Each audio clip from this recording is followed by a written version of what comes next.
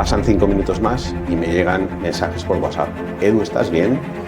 Mira esta noticia. Cuando vas a una entrevista y te ha pasado esto, y es mediático, ¿no? Y es muy mediático, dicen, bueno, este directivo o es tonto o es un mentiroso. Por ejemplo, hoy día Europa va mal. Europa a nivel de construcción va muy mal y nosotros también lo notamos, aunque crecemos, no crecemos todo lo que crecemos en España. Si solo dependemos de España, pues ahora España va bien, ¿no? Diría nuestro presidente.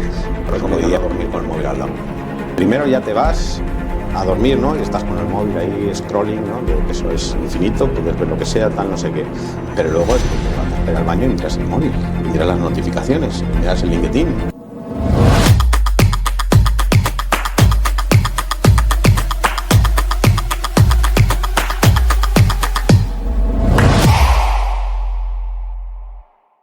Este episodio está patrocinado por Cuonto, la cuenta online para pymes y autónomos que simplifica toda la gestión financiera de tu empresa. Con Cuonto puedes abrir tu cuenta en minutos, centralizar pagos y cobros, controlar gastos con tus tarjetas físicas y virtuales para tu equipo y tener una visión clara de tu negocio en tiempo real. Ya confían en Cuonto más de 600.000 empresas en Europa, entre ellas Pimeros. Más información en el link que te dejo en la descripción del canal. Pues Eduard, mil gracias por venirte al evento de Pimeros en Madrid en diciembre. No, gracias por invitarme. Sí, para mí es una experiencia nueva. No sé, me preguntaban antes que si yo me dedicaba mucho a dar estas cosas. No, yo me dedico a la empresa. Pero si me invitas, pues encantado de contaros mi experiencia, mi vida, lo que queráis. No sé. Hay que reconocer que en este caso escribiste tú primero, así que yo muchas veces ataco a posibles ponentes. En este caso me escribiste un día y dije, bueno, aprovecho. Sí, no, la verdad es que te vi en LinkedIn y a partir de ahí, pues luego coincidió que estaba yo en un viaje en Panamá, pues tratando de internacionalizar la empresa y un chico me habló de ti y dije, bueno, pues oye, le voy a escribir y a partir de ahí pues empezamos a intercambiar. Hasta llega Pimeros, por cierto. Tenemos un representante en Colombia y uno en Panamá. Muy guay. ¿Te parece si arrancamos un poquito por el origen para conocer un poco tu perfil? Porque tú eres teleco como yo.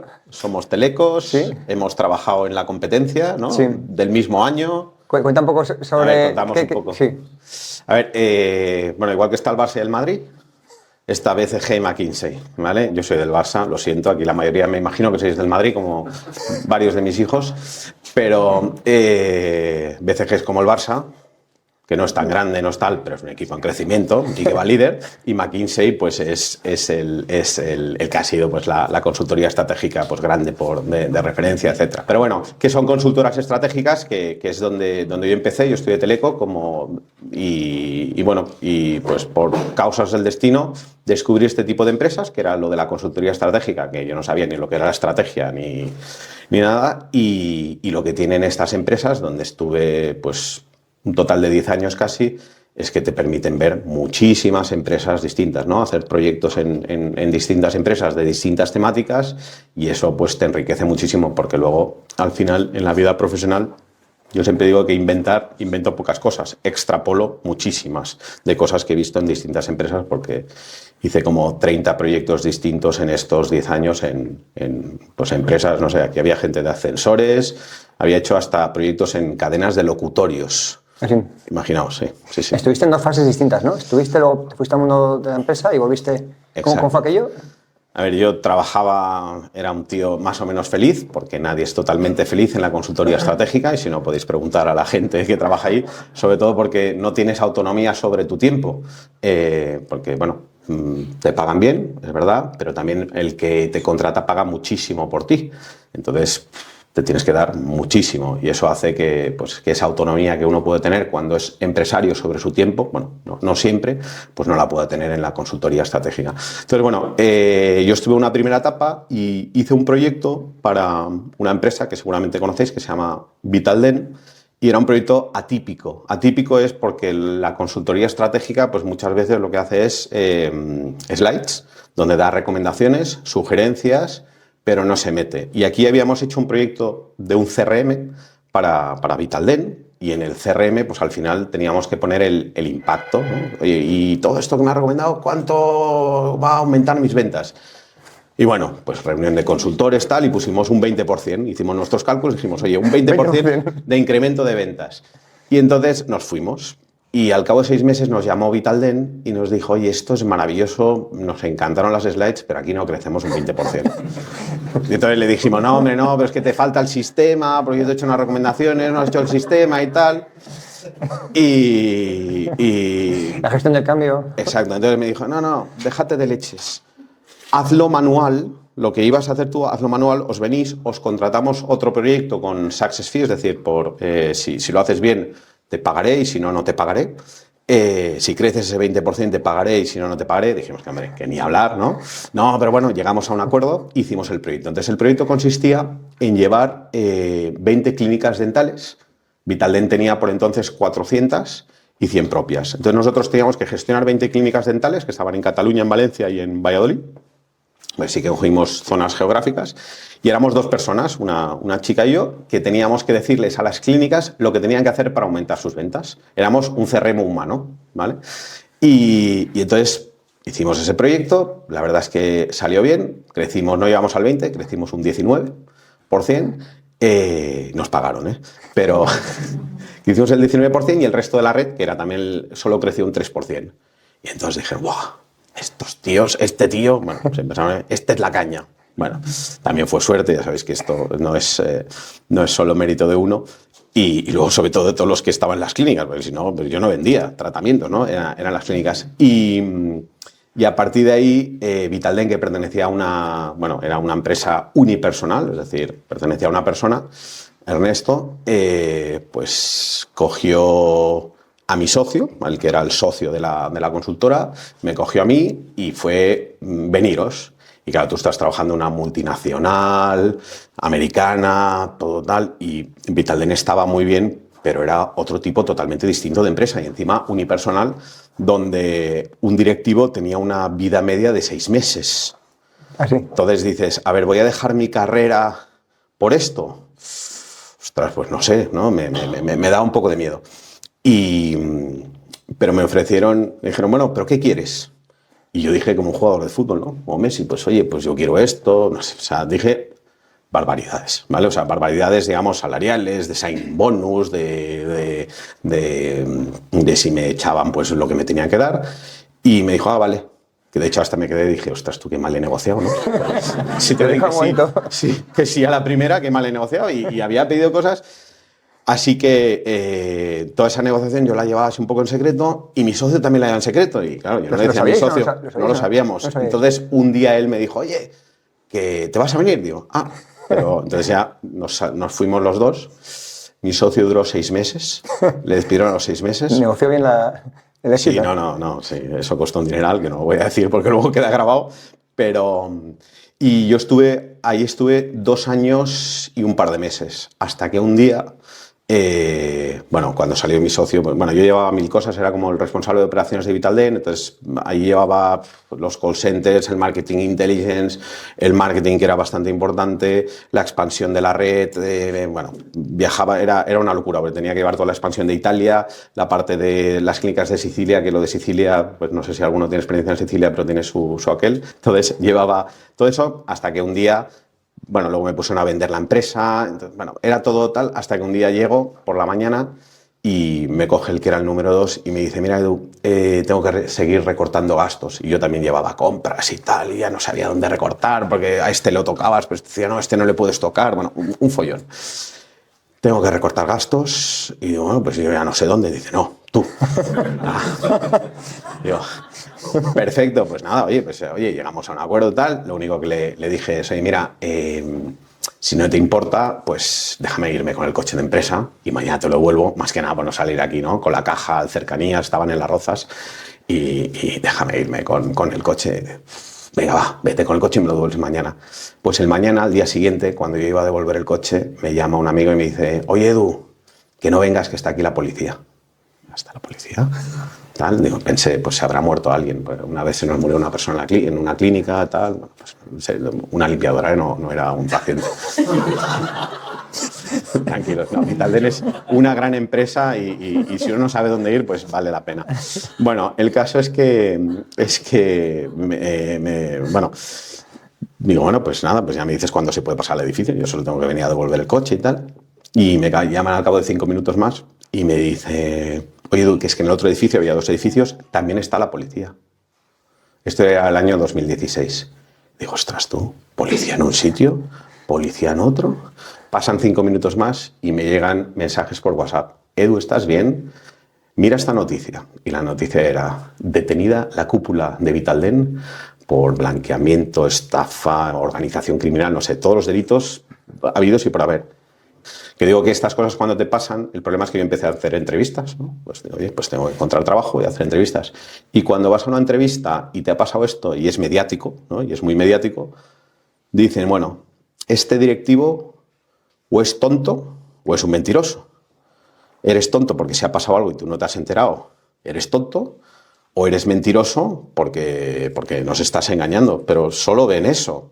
Luego la realidad tiene muchos matices y ahí pues habían interpretado una serie de cosas. Bueno, el caso es que estuvieron 15 meses en la cárcel los que más estuvieron, pero luego salieron sin nada firme, nada relevante. Bueno, el caso es que volví a consultoría, esa es la segunda etapa. Sí, BCG sí que confío en mí y... Hay un par de... Por un lado, estas consultoras te hacen creer que no puedes volver nunca, ¿no? Sí, yo pensaba que no volvería, pero la verdad, a ver, cuando me fui, intenté irme, bueno, cuando uno se va de un sitio, pues lo ideal es irse de la mejor manera posible. Y no, pues la verdad me abrieron las puertas. Me abrieron las puertas, es verdad, en tecnología, que no era lo que más me apasionaba, pero bueno, luego... Pero que hay vida después de consultoría, incluso se puede incluso hasta volver, ¿no? Es verdad que el primer día después de volver, por si alguno ha estado y luego vuelve, yo decía, ¿qué hago aquí? ¿Qué hago aquí? Porque era el Mundial y entonces yo quería, o la Eurocopa, no recuerdo, y había partido de España. Y bueno, entonces llego, yo era jefe de equipos, ¿no? Era manager y digo, bueno, ¿qué? ¿Cómo nos organizamos? Yo era el jefe nuevo. ¿Cómo nos organizamos para el partido? ¿Qué? ¿Partido? Tal. Ese día salía a la 1 de la mañana. Digo, y era mi primer día. Y dije, ostras tú, esto se va a hacer muy cuesta arriba. Bueno, total que estuve 1 año y medio en la segunda etapa solo. Ok. Yo siempre he pensado, no llegué a poder demostrarlo, tú quizás sí, que uno es mejor consultor cuando ha pasado por una empresa de verdad. No sé si coincides. Sí, lo ves totalmente distinto, porque... Bueno, en mis últimos años de la primera etapa aprendí, pero luego cuando ya te has enfrentado a tu cuenta de resultados, ¿no? A la cuenta de pérdidas y ganancias y tal, pues ves las cosas también desde otra perspectiva y también con más tranquilidad, con más visión. No, eso seguro. ¿Más practicidad? Sí, mucha más. Sí. No, fue... Muy bien. Entonces sales de ese año y pico de BCG, ¿no? La segunda fase. ¿Y ahí qué paso das? ¿O cómo decides qué paso dar? O sea, a ver, yo al final... como te comentaba, una de las cosas que valoro mucho es la autonomía del tiempo. Yo tengo una familia un poco, quizá más atípica. Bueno, tengo 4 hijos y 3 hijas. Y bueno, y necesitas poder dedicarles tiempo. O sea, y en la consultoría no decides qué horas trabajas. Yo ahora trabajo muchas horas, pero a veces trabajo...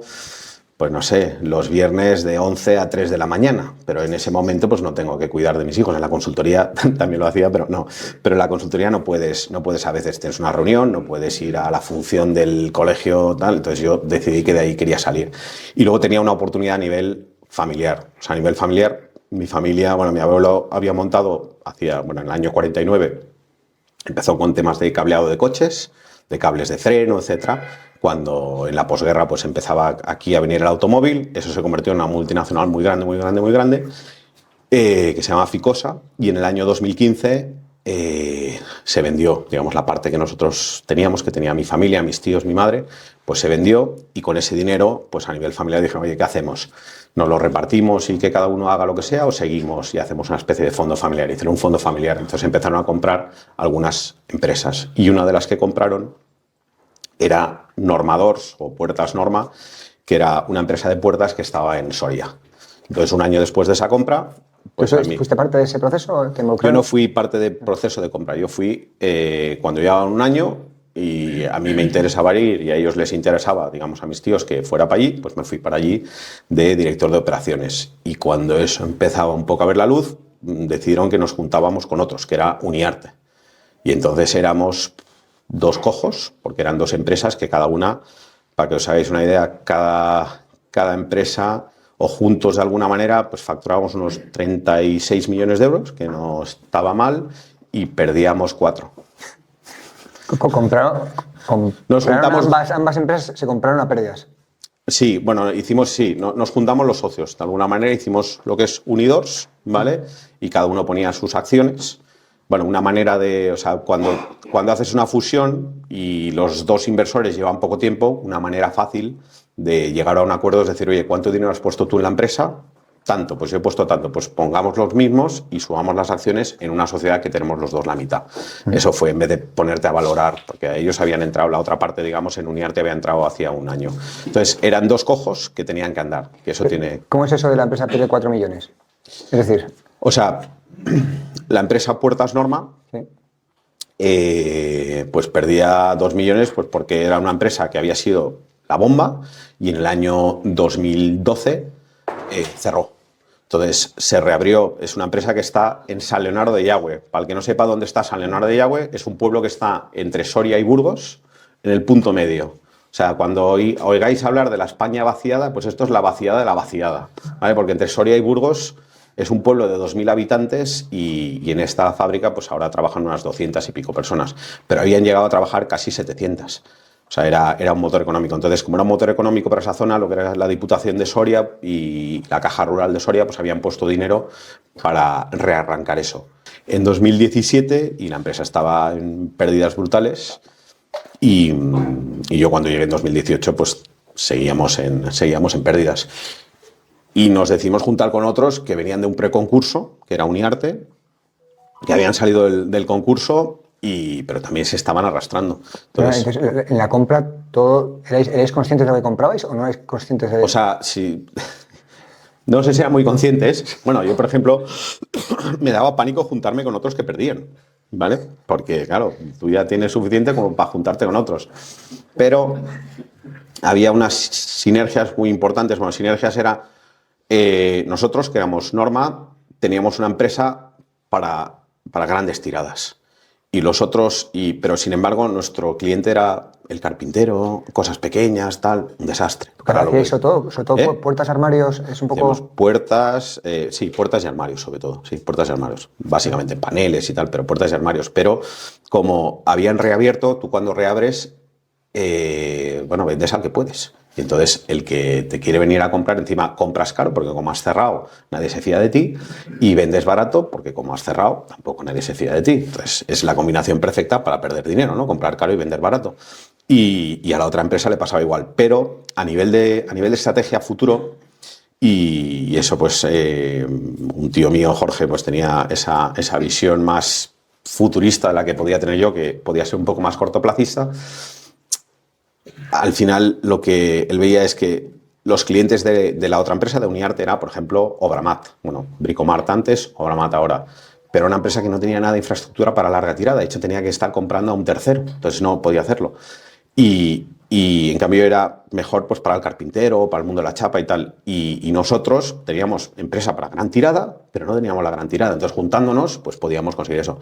Y de hecho fue un proceso muy duro porque nos juntamos a finales del 18, empezamos una reindustrialización en el 19, nos pilló, que seguíamos en pérdidas, nos pilló el COVID, que pues os podéis imaginar esa situación, te asusta mucho.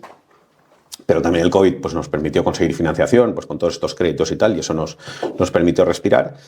Y de hecho en el año 2021 fue el primer año que hicimos beneficios, luego vino la crisis de materiales, que todo se puso carísimo, toda la inflación, el material de obra, tú sabrás más que yo, se puso carísimo, y luego ya, 21 pues digamos punto de equilibrio, fuimos creciendo y este año pues cerraremos pues por encima de lo que es la parte de puertas de 60 millones de facturación, y algo más de 6 millones de EBITDA, que positivos, ya no negativos. ¿Cuáles fueron las claves para darle la vuelta? Bueno, más allá de ese, oye, pues tienes este tipo de cliente que encaja más, eso entiendo que ha ido. Primero, trabajar mucho de puertas para adentro, ¿vale? Es decir, nosotros nos enfocamos en hacer un producto que tuviera calidad, porque, por ejemplo, cuando yo llegué, el 30% de las puertas que hacíamos tenían que ser reprocesadas internamente. Hoy día es el 1%, el 2%, muy bajito. Entonces, que las máquinas pues funcionaran bien y invertir en las máquinas. Olvidarnos de la parte comercial. De hecho, no incrementamos ventas. Quitamos clientes, porque había clientes que nos causaban pérdidas y los tuvimos que decirles que no les vendíamos. Bueno, les incrementamos el precio y ya se fueron. O sea, fue el tema de calidad y luego el tema del servicio. El sector de la construcción funciona muy mal el tema del servicio. Entonces tú, a la que sirves un poco bien, a tiempo y en plazo, entonces nos enfocamos mucho en calidad de servicio, bueno, y productividad, obviamente, ¿no? Para ser competitivos, pues todo el tema de OEs de las máquinas, etcétera. Pero fuimos súper industriales. O sea, nos centramos mucho de puertas para adentro. Hasta el año 2022 fue mucho trabajo, puertas para adentro. Y actividad comercial, hombre, no la dejas porque es importante, pero no hacíamos un marketing. Nuestro mejor marketing era, oye, ven a ver mi fábrica. No hacíamos, o sea, no invertíamos en parte de marketing, en todas estas cosas, y era solo puertas para adentro. Y entonces en 2023, que es cuando empieza nuestro crecimiento más fuerte, que es casi, de doble dígito anual, es cuando empezamos a hacer de puertas para afuera, pero porque ya estábamos preparados internamente. Es decir, ya teníamos una fábrica que servía bien, o servía mejor que el resto, porque bien, yo nunca estoy convencido de servir bien, servíamos mucho mejor que el resto y el nivel de calidad era bastante bueno, calidad-precio era bastante bueno, y eso es un poco lo que, luego, hombre, te acompaña también el viento. Hoy día el sector de la construcción en España pues va bien, pero crecimos, hemos crecido bastante. Ahora el reto es toda la parte internacional. O sea que la clave en esa fase fue eso, toda reducción de costes. Sí. ¿Qué indicadores mirabais a nivel operativo? Porque creo que es muy interesante, ¿no? Para ti, ¿cuáles sean los 3-4 números? Uno es defectos, ¿nos has dicho? ¿No? Sí, o sea, a ver, era muy importante el consumo, ¿vale? Es decir, en el sector de la puerta, ¿vale? Bueno, luego en 2000, ahora hace nada, en junio, compramos otra empresa y ahora pues ya se nos ha ido todo otra vez de las manos. Pero por entonces, a ver, el coste personal, nosotros vendíamos 36 millones de euros con 500 personas de plantilla por entonces y redujimos eso a 300. Es decir, que eso fue un proceso 200 bastante... personas menos. Sí, es verdad que pues entre que se iban, tal, no sé qué, pero tuvimos que hacer un ERE y luego despidos en otras tal. Manteniendo nivel de producción. Sí, no. O sea, manteniendo, incluso aumentando un poquito el nivel de producción, o sea, esa mejora de productividad fue brutal. El tema de la calidad, porque al final si tú no tienes que repetir el 30% de las puertas y solo el 2%, aparte de mejorar el tema del consumo, también mejoras mucho pues, la propia productividad. La misma máquina, pues si lo haces bien a la primera, pues es mucho mejor. Y luego también todo un tema de compras, de organización de las compras, etcétera.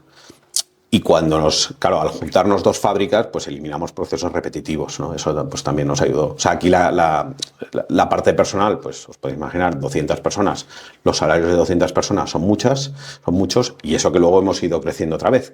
Y la parte del consumo. ¿Habías ejecutado proyectos de este tipo? No.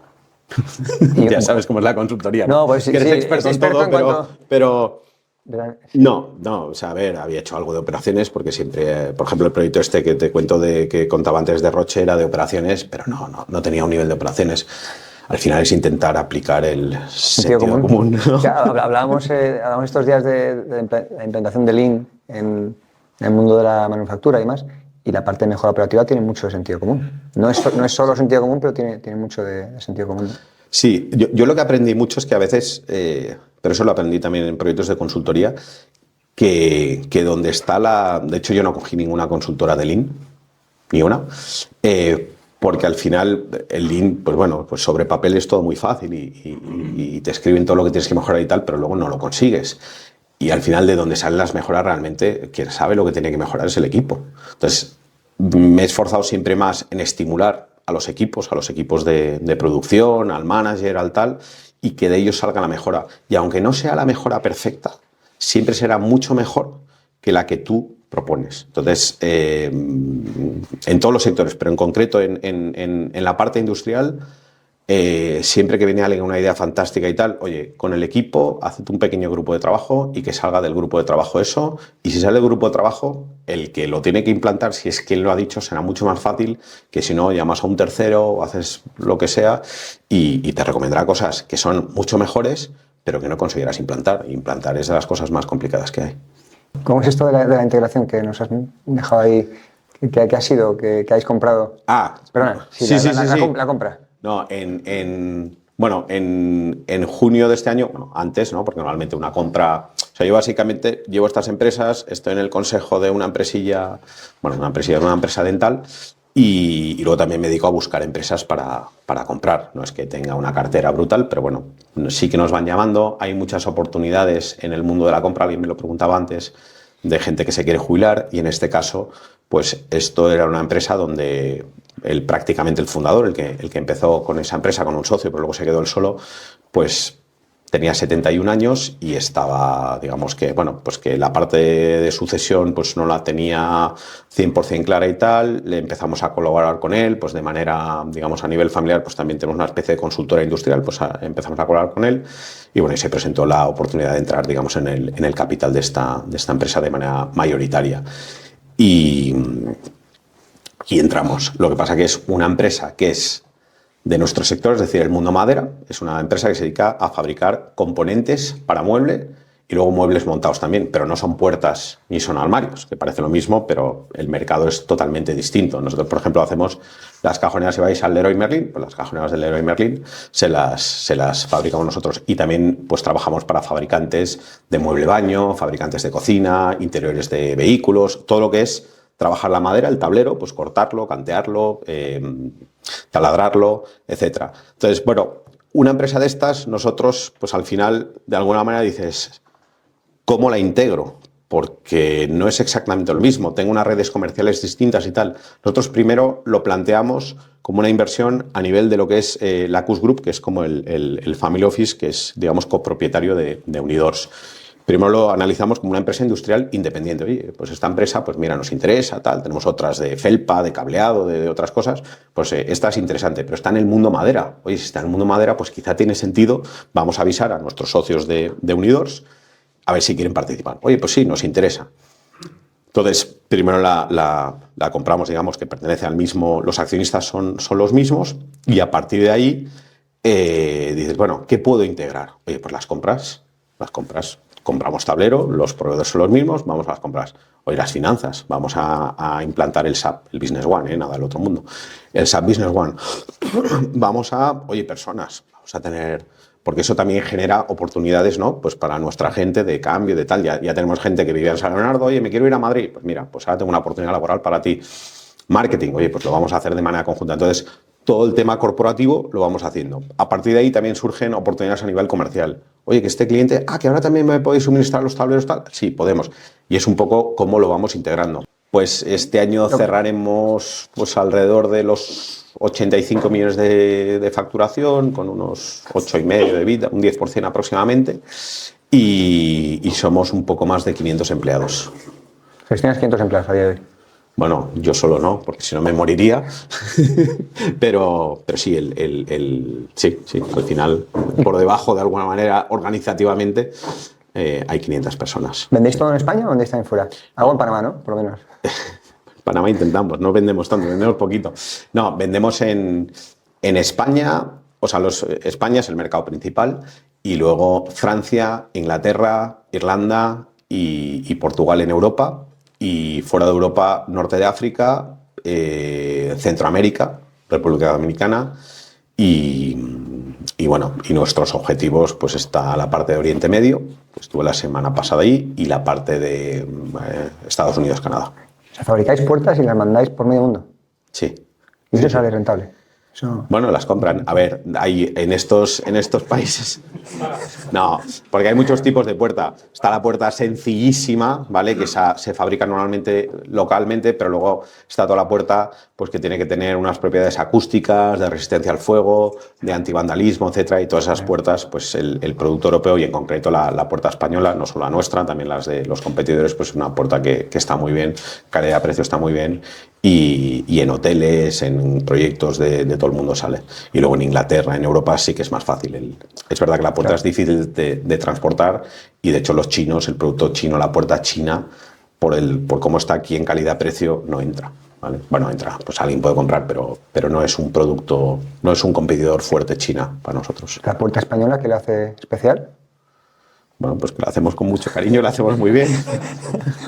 No, pero ¿Hay temas técnicos de desarrollo de tecnología o sea, que tengamos un sistema diferente al de los chinos o simplemente es que está fabricada en España?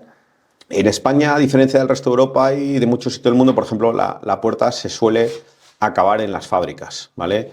En Estados Unidos, en Europa, en tal, la puerta va preacabada.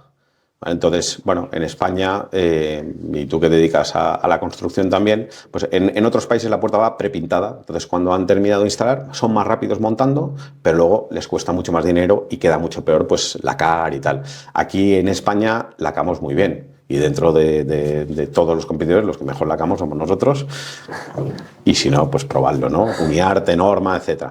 Pero la puerta lacada está muy bien. Fuimos también, de alguna manera, precursores, y esto es, digamos, de una de las empresas de lo que es la Norma antigua, es decir, Norma, que es una de las principales marcas que tenemos en el sector de construcción y tal, es del año 55, de 1955. Y los fundadores lo que hicieron, el fundador fue el que introdujo la puerta tipo sándwich. Antes las puertas eran macizas, madera maciza, alguien se dedicaba también a la madera maciza. Lo que introdujo es la puerta prefabricada de alguna manera, es decir, una puerta que tiene un tablero, 2 tableros, y dentro pues, puede tener aglomerado, puede tener cartón, tal. Eso en Europa no estaba tan extendido y, bueno, hoy día sí que está extendido, pero fuimos precursores y luego también fuimos precursores de llevar la puerta montada a la obra, es decir, la puerta en block, ya con el marco y tal, para que sea mucho más rápido montar eso. Entonces, bueno, yo creo que todo eso ha hecho que la industria de la puerta pues avanzara y luego el boom que hubo aquí de la construcción, pues aparecieron empresas de puertas por un tubo, de las cuales hoy día pues queda un 20% de lo que llegó a ver aquí. ¿Tenéis idea de cuota de mercado que tenéis en España? ¿Se puede medir de alguna forma o es complicado? A ver, es complicado como siempre, puedes llamar a un consultor y te dará unos números y tal, pero... 20%.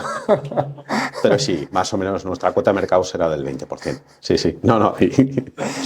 No, pero bueno, que es relativamente... Se construyen 120.000 viviendas nuevas, en media una vivienda lleva unas 7 puertas y luego hay un parque de renovación de puertas pues de 2 millones y nosotros fabricamos unas 650.000 puertas cada año, pues más o menos. De los 3 millones somos un 20%. Muy bien. ¿Qué planes tenéis a próximo par de años? ¿Es una estrategia de build-up combinado con crecimiento orgánico? Bueno, a mí el build-up me da pánico porque digo, oye, vamos a consolidarnos, pero siempre tenemos accionistas que dicen, oye, también podríamos comprar esto. Y la verdad es que miramos muchas empresas y nos siguen llegando y tal, pero a mí me gusta consolidar lo que vamos teniendo porque tenemos muchas oportunidades. Tenemos un plan a 2030 que es llegar a los 120 millones de euros de facturación, ¿vale? Que es crecer aproximadamente un 50% respecto a lo que estamos ahora, con el reto de no aumentar muchísimo el personal, porque también tienes que estar preparados para cuando vienen maldadas y la verdad es que la construcción y todo es cíclico.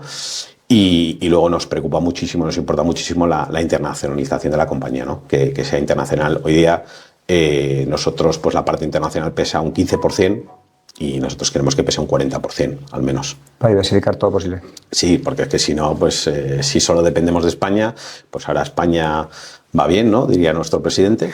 El que no esté presidente siempre dirá lo contrario.